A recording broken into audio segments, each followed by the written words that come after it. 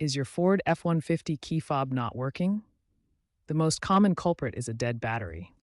The F-150 key fob uses a CR2032 battery. To replace it, pry open the fob, remove the old battery, and insert the new one with the positive side up.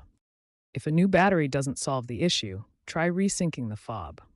Sit inside your F-150 with the doors closed. Cycle the ignition on and off multiple times.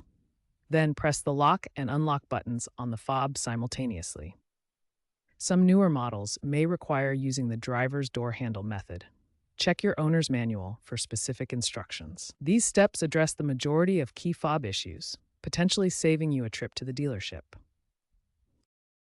If battery replacement and resyncing don't work, the next step is resetting the RFA or BCM.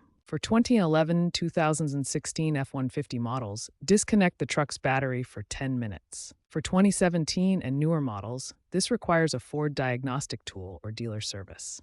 This clears potential glitches from electrical faults or software bugs.